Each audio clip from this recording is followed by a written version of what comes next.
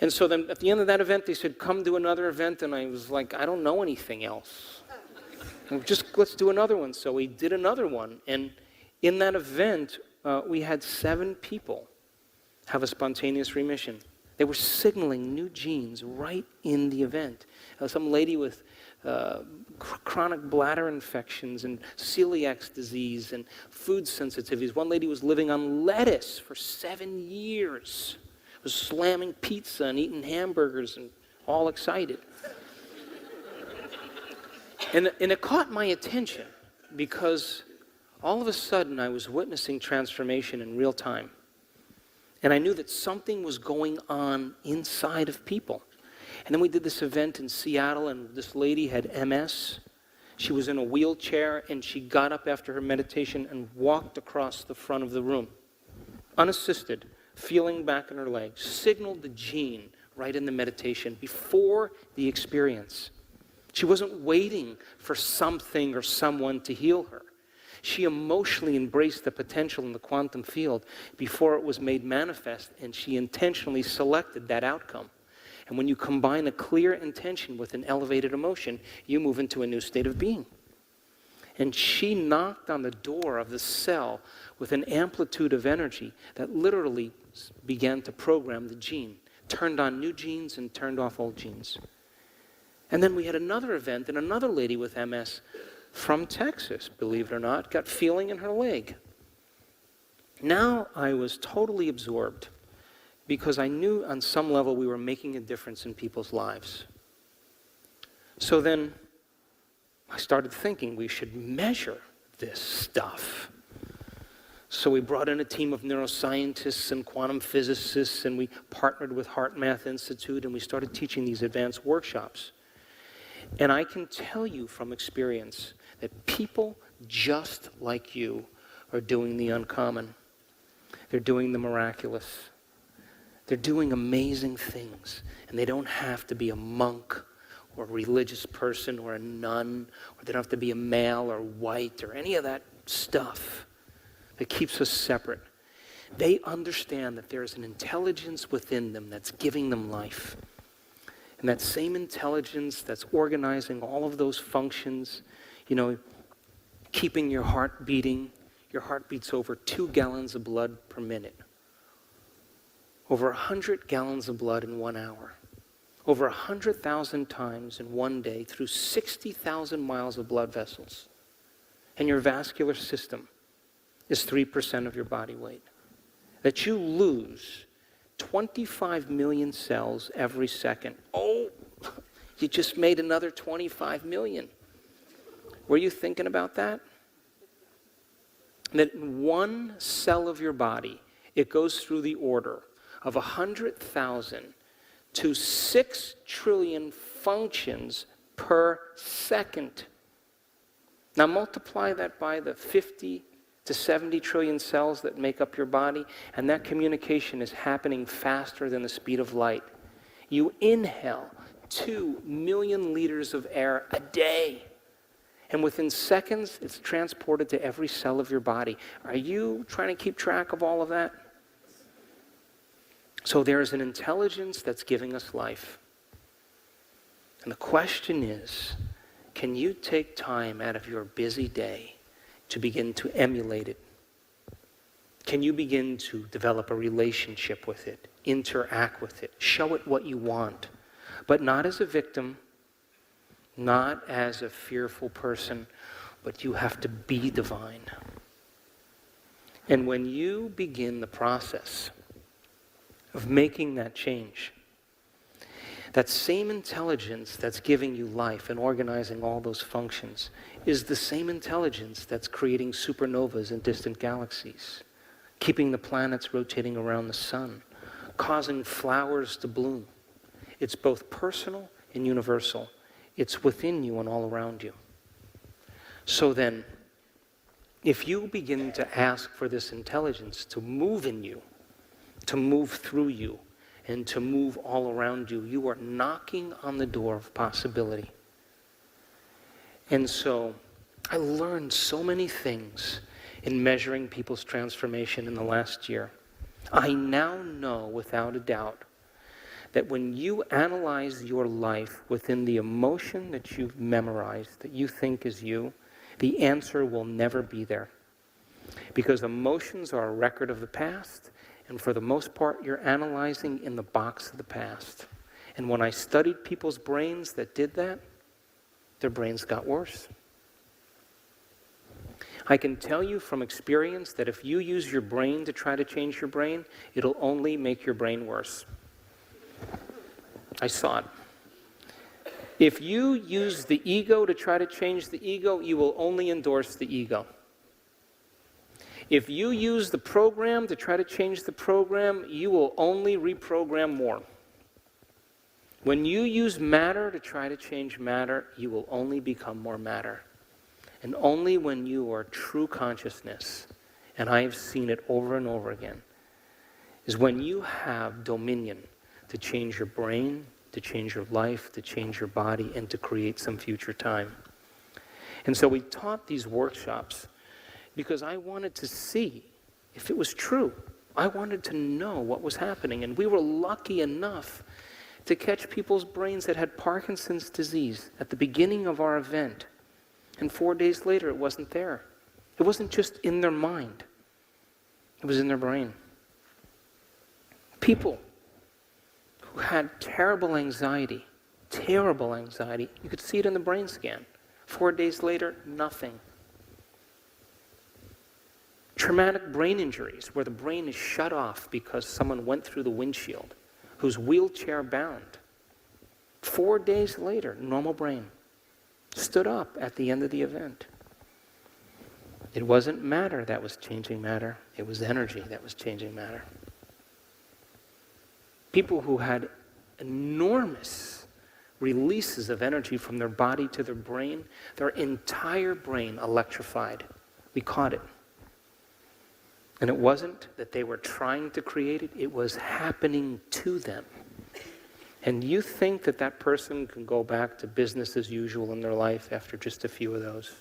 Never again.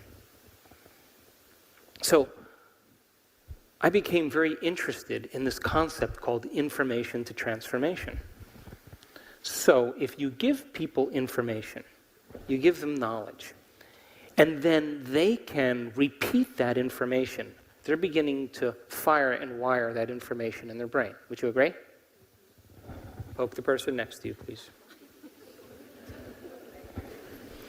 So then, if you wire that information in your brain, you can repeat it. Would you agree? And so what you're doing is you're seeing a picture. And as you see this picture, you're describing this picture. And you're firing and wiring in circuits, and you're building a model of understanding. Yes? So then, if you can instruct people on how to apply that knowledge and demystify the experience. Now, science is the contemporary language of mysticism. Science is the language to explain the unexplainable.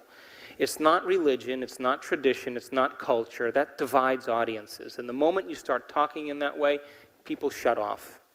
But science creates a community. So if you make science simple enough, where you learn a little bit about yourself, a little bit about the brain, a little bit about genetics, a little bit about how you function, a little bit about your chemistry. Knowledge is power, but knowledge about yourself is self-empowerment. And you can instruct people on how to apply that knowledge and demystify it to a point where they can begin to apply it in a certain way for the experience. And that experience produces some type of transformation.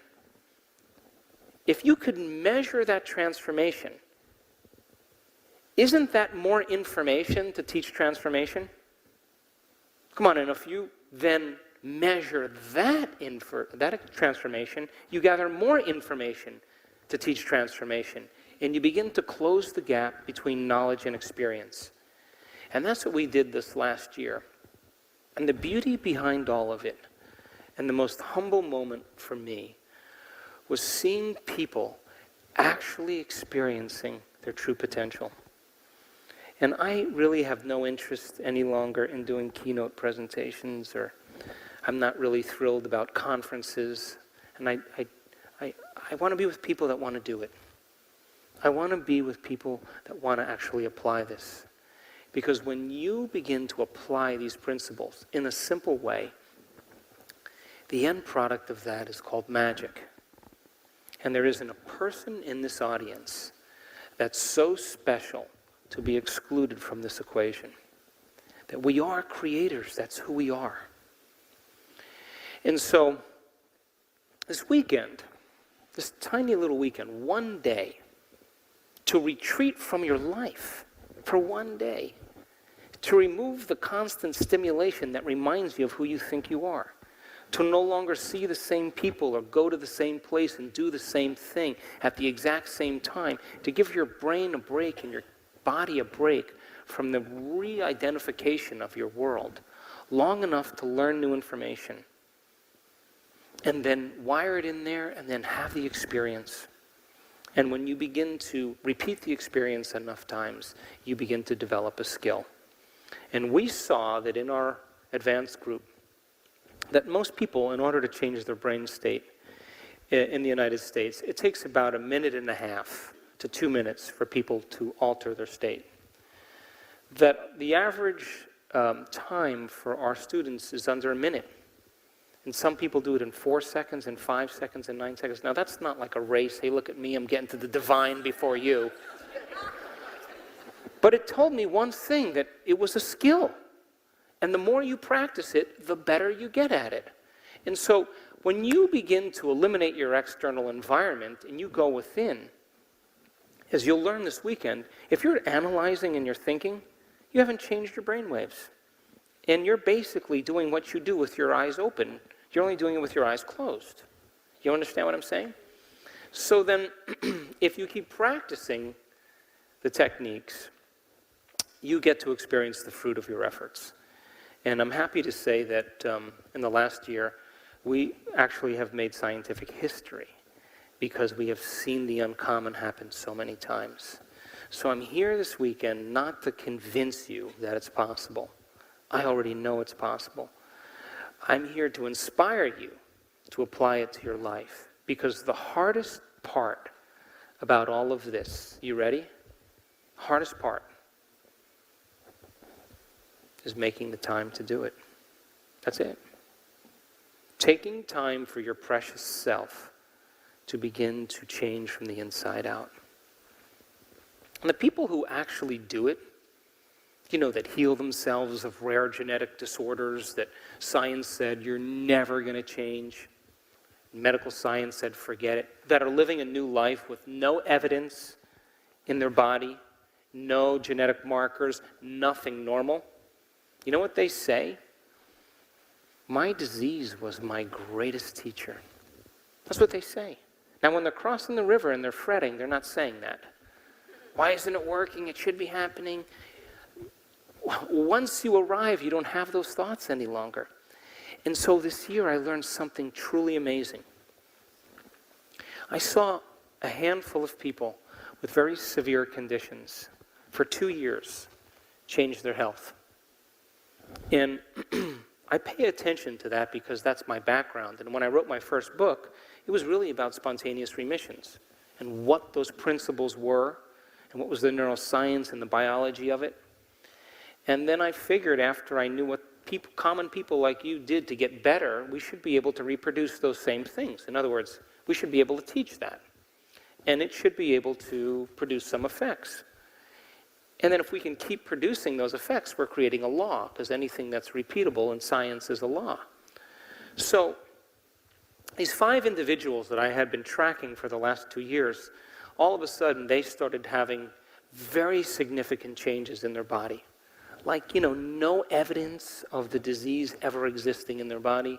All their blood values and all their urine analysis, all normal. They were given a clean slate.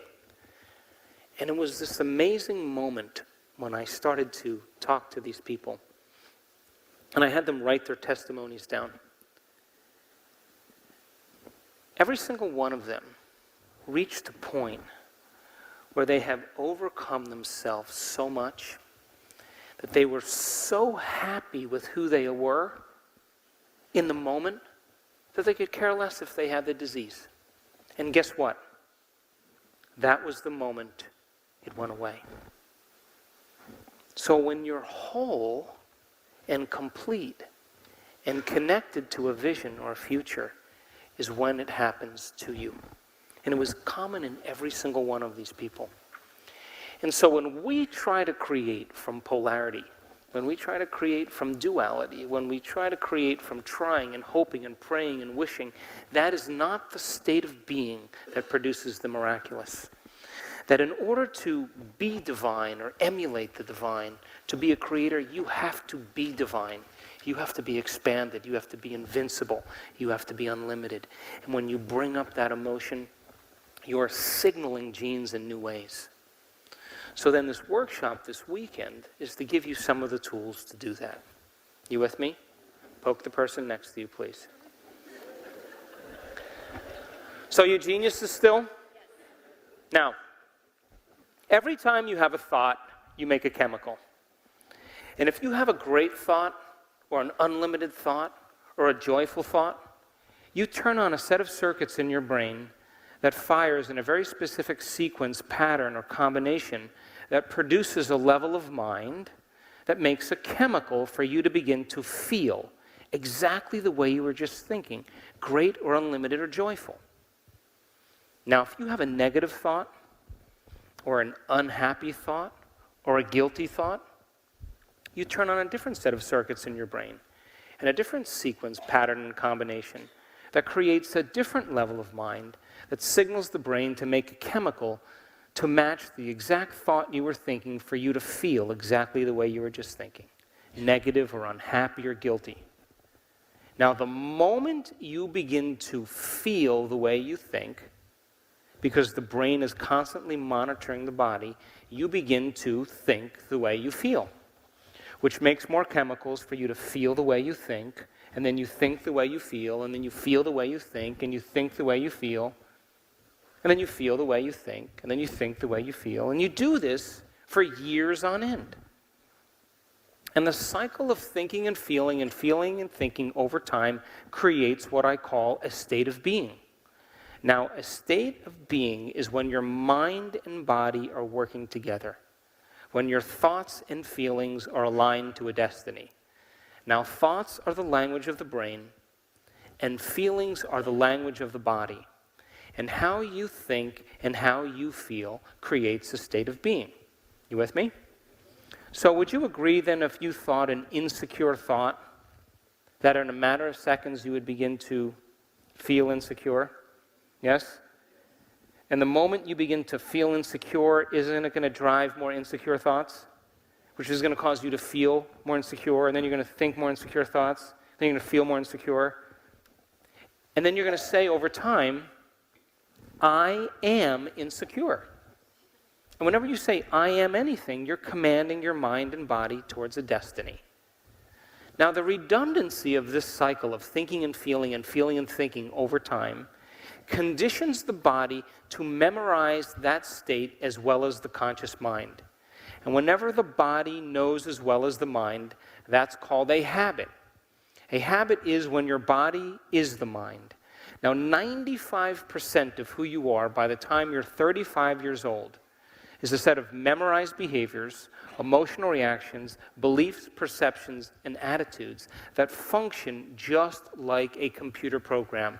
You subconsciously become the mind of that state. How many people are with me?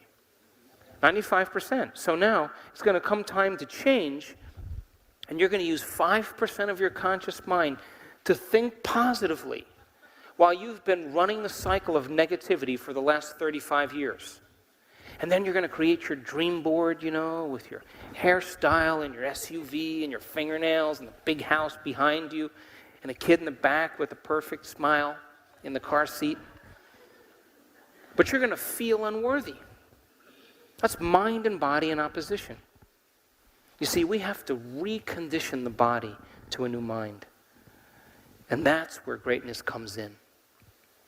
So then, if you keep thinking and feeling and thinking in the same way over time, just like any program, the body will know how to do it better than your conscious mind.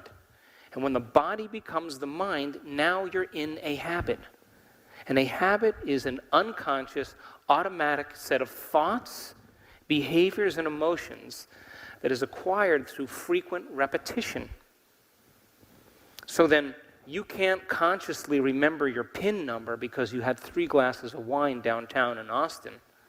But then you walk over, you look at the keyboard, you can't consciously remember the number, but then all of a sudden your fingers press the number. How did that happen? You practiced it so many times that your body knew better than your brain. And that's where most of our personality exists. Now, how do we get this way? Feelings and emotions are the end product of past experiences. And you can remember experiences better because you can remember how they feel. Now, when you're in the midst of an experience, everything you're seeing and smelling and tasting and feeling and hearing, all of your 5 senses plug you into the environment. And as you're in the midst of that event, all of this data is rushing back to your brain through those 5 different sensory pathways. The moment that information reaches your brain, it causes jungles of neurons to begin to organize themselves into networks. The moment those neurons string into place, the brain makes a chemical, and that chemical is called a feeling or an emotion. How many people are with me? Now, because emotions tend to last longer, long-term memories, you can remember your first kiss. You can remember graduating from high school. You can remember a promotion, your wedding day, being proposed to, the birth of your children. You can remember going on vacation and catching a fish off the coast of Mexico and eating it with your friends and drinking great wine and feeling the breeze and seeing the sunset. But the problem is you can't remember what you had for dinner the night before, right? Because routine lulls the brain to sleep. And most Americans can tell you exactly where they were on 9/11. They could tell you who they were with, what time of day it was, and what they were doing. Because everything that you were seeing and hearing changed your internal state. And the moment you felt differently inside of you, you woke up and you paid attention to what caused it outside of you. And that event in and of itself is called a memory. So then think about this. You're geniuses, right? So if feelings and emotions are the end product of past experiences, and you're feeling the same way every single day, what does that mean? Nothing new is happening in your life? Yes? Now, if feelings and emotions are the end product of past experiences, and you can't think greater than how you feel, or feelings have become the means of thinking, are you thinking in the future or are you thinking in the past? And as long as you told me that your thoughts have something to do with your destiny, as long as you're thinking equal to how you feel and you're thinking in the past, you keep creating more of the quantum model of reality is still working for you. Now, your body is your unconscious mind. And it does not know the difference between an actual experience in your life that creates an emotion and an emotion that you can fabricate by thought alone. To the body, it's exactly the same. So if you're thinking and feeling in this loop for years on end, your body as the unconscious mind is believing it's in the same past experience 24 hours a day, 7 days a week, 365 days a year. The body literally believes it's in the past. And if you condition the body to be the mind of that emotion, then the body literally is in the past. And you can't create a new future while your body's living in the past. How many people understand? So now, when we react to something or someone in our life, the chemical change that's created in the body is called a refractory period in science. So you react to someone or something, and all of a sudden you feel different chemically, and you don't know how to control your emotional reaction to that event, and those emotions last for hours or days. You know what that's called? That's called a mood. What's wrong with you? Oh, I thought you'd never ask. I'm in a mood. Really? Why? What happened? Well, this thing happened to me 5 days ago. And I'm having one long emotional reaction. Now, if you have the same refractory period going on for weeks or months, that's called a temperament. What's wrong with him? I don't know. He just has an angry temperament. Why are you so angry? Well, this event happened to me 10 months ago, and I'm living by one long emotional reaction. I'm memorizing my emotion. And if you keep that same refractory period going on for years on end, that's called a personality trait. And people wear their emotions layer by layer, and they believe that's who they are.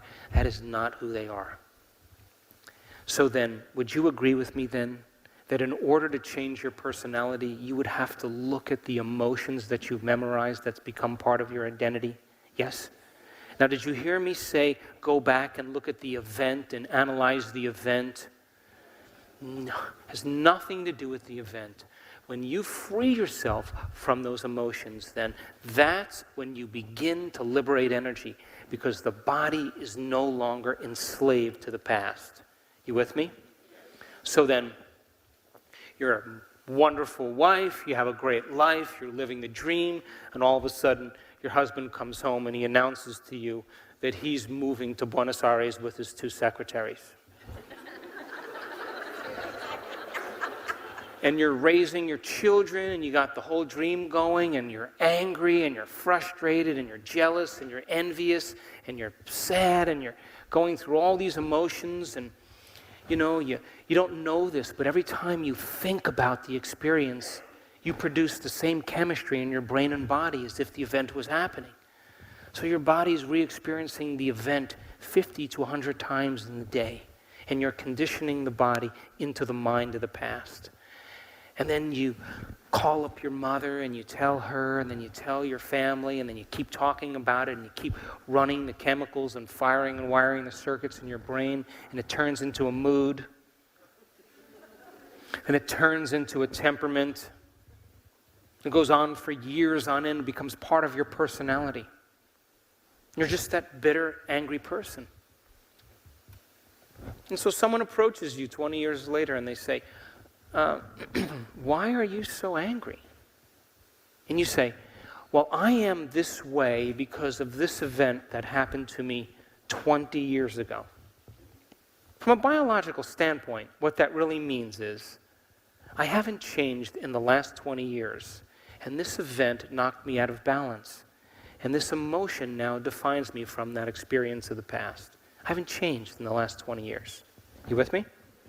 So another woman, she's living the dream, and her husband comes home and he announces that he's moving to Barcelona with his 2 secretaries and the IT guy.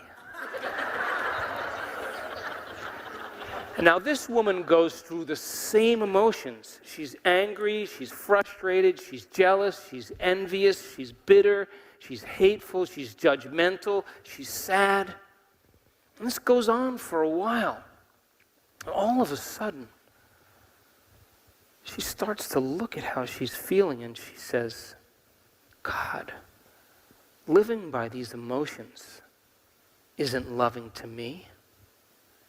And all of a sudden, she grabs the book on unconditional love, and she reads it, and she gets the companion CDs.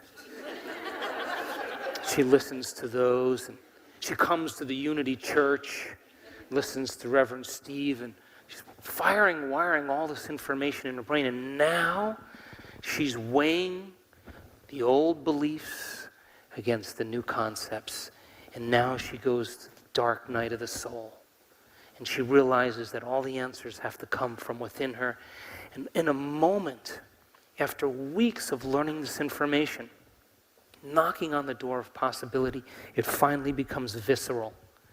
And she says, oh my God, if I loved myself and I loved my ex-husband, I would free him and wish him the best. And she lets go. She shortens the refractory period of her emotional reactions. That's called emotional intelligence.